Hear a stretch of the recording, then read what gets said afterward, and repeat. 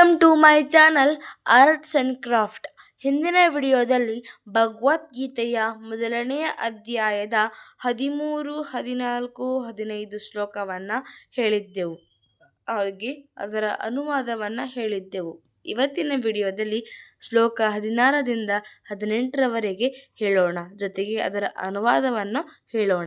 ಅನಂತ ವಿಜಯ ರಾಜ ಕುಂತಿಪುತ್ರೋ ಯುಧಿಷ್ಠಿರಃ ನಕುಲ ಸಹದೇವಶ್ಚ ಸುಗುಣೋಷ ಮಣಿಪುಷ್ಪಕಃ ಕಾಶಶ್ಚ ಪರಮೇಶ್ವಾಸ ಶಿಖಂಡಿನಿಶ್ಚ ಮಹಾರಥಃ ದೃಷ್ಟದ್ಯುಮ್ನೋ ವಿರಾಟಶ್ಚ ಸಾತ್ಯಕಿಶ್ಚ ಪರಾಜಿತಃ ದ್ರುಪದೋ ದ್ರೌಪದೇಯಾಶ್ಚ ಸರ್ವಶಃ ಪೃಥಿವೀಪತೆ ಸುಭದ್ರಶ್ಚ ಮಹಾಬಾಹು ಜಜ್ಞೆಂದದ್ಮು ಪೃಥಕ್ ಪೃಥಕ್. ಈಗ 16ನೇ ಶ್ಲೋಕದಿಂದ 18ರ ಶ್ಲೋಕದವರೆಗೆ ಇರುವ ಅನುವಾದ. ಕುಂತಿ ಪುತ್ರನಾದ ಯುಧಿಷ್ಠಿರನು ಅನಂತ ವಿಜಯ ಎಂಬ ತನ್ನ ಶಂಖವನ್ನು ಊದಿದನು.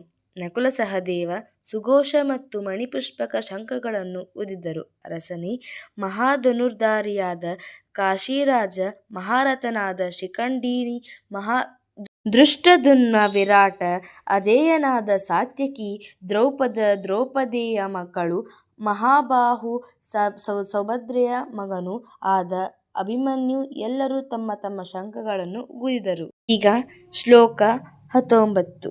ಸಘೋಷೋ ಧಾರ್ತರಾಷ್ಟ್ರಾಣಂ ಹೃದಯಾನಿ ವ್ಯಧಾಯರತ್ ನಭಶ್ಚ ಪೃಥ್ವೀಂ ಚೈವ ತುಮಲೋಭ್ಯನುನಾದಯನ್. ಈಗ 19ನೇ ಶ್ಲೋಕದ ಅನುವಾದ.